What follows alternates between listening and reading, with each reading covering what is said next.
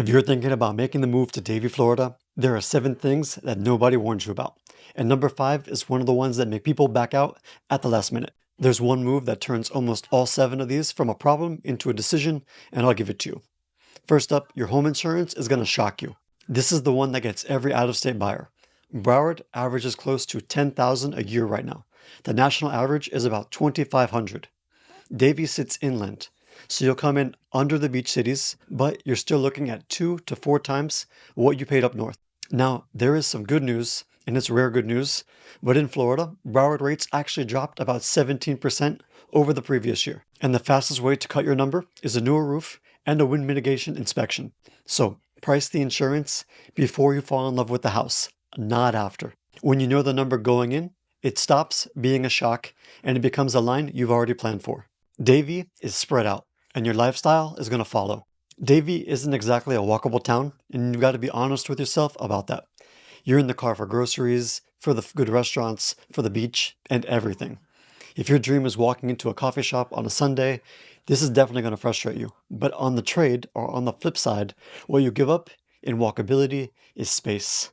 You can buy a lot here that's 2 to 5 times the size of what the same money buys you in Fort Lauderdale or Miami.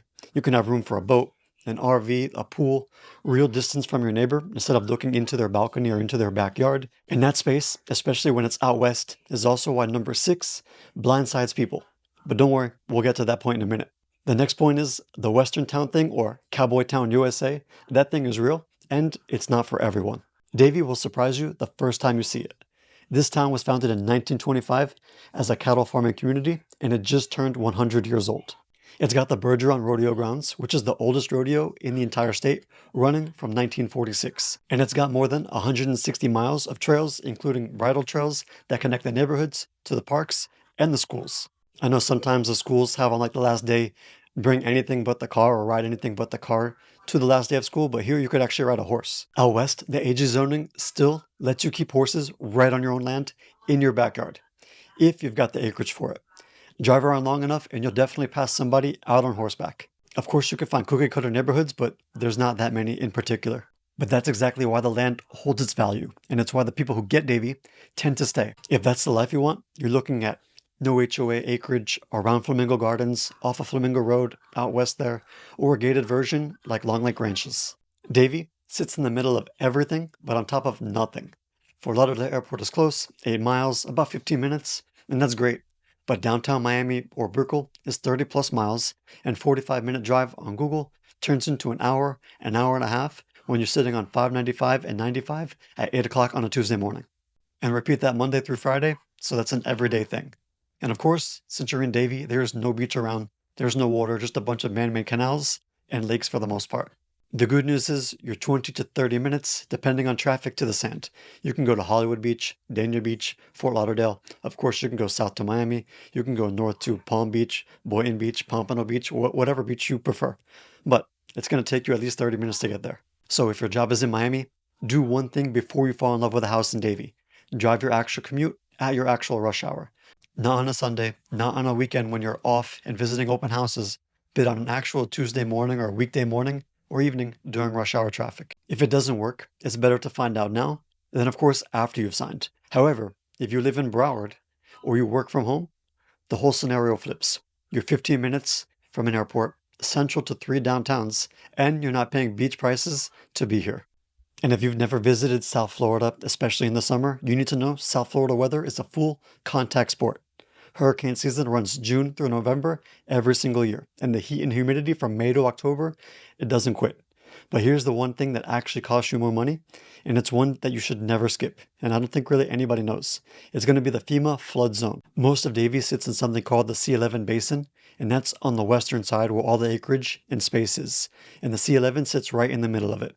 So the big lot that you fell in love with can be the one carrying the flood risk. And just like school zones, your flood zone can change from one block to the next. It drives your flood insurance and it drives your risk. So don't just check the neighborhood. You can check the actual house and pull up the FEMA flood map before you ever fall for it. The weather you can't control. The flood zone you can plan around. But the last one, number 7, is the one that nobody believes until they're living it. It's going to sound crazy, but it's the peacocks. Go out until West Davie, near the ranches, and you'll definitely see them. Wild peacocks, and there's a whole story here. Developers brought these birds into South Florida back in the 50s to make neighborhoods feel exotic, and they never left. Of course, they're gorgeous, but they'll also scratch the paint on your car, fighting their own reflection, tear a pool screen, and scream at 5 o'clock in the morning, not only during mating season, but anytime you make some loud noise. And once one goes off, there's a whole chain reaction. And as an additional note, they're protected, so you don't get to move them. And honestly, out by the ranches, the horses and the peacocks are the whole vibe. You complain about them for a month, then one day you're going to catch yourself taking a video or a picture of one in your driveway, and you're going to share it with your family and friends. I'm not telling you any of this to talk you out of moving to Davie. I choose to live here, I love it here, but I'm telling you this because I watch people move in blind and spend their first year fighting an insurance bill they never budgeted for, a commute they never test drove, or a flood zone that nobody checked. Knowing these 7 things going in is going to be the difference between loving where you live and just putting up with it. That's what it's actually like to live in Davie when you do it on purpose. So here's that one move that I promised you. Almost everything on the list comes down to knowing one thing: the actual numbers on the actual house before you commit, and buying in the right pocket of Davie for how you live. So I built a full Davie relocation guide. It breaks down the neighborhoods that dodge most of this, the real cost of the numbers, and where to buy for your budget. It's linked below. If you want me to run your situation, my calendar is available too. My name is Anthony Spitaleri with Living in Davie.